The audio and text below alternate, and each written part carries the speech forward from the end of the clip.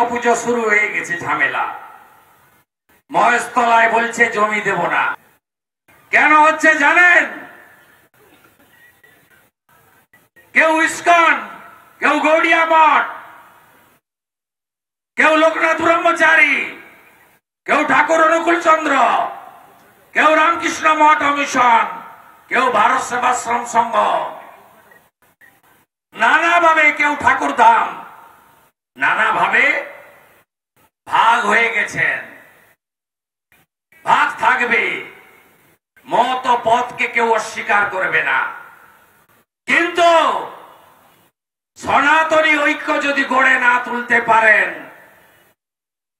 করিমপুর আপনার হাতে আছে,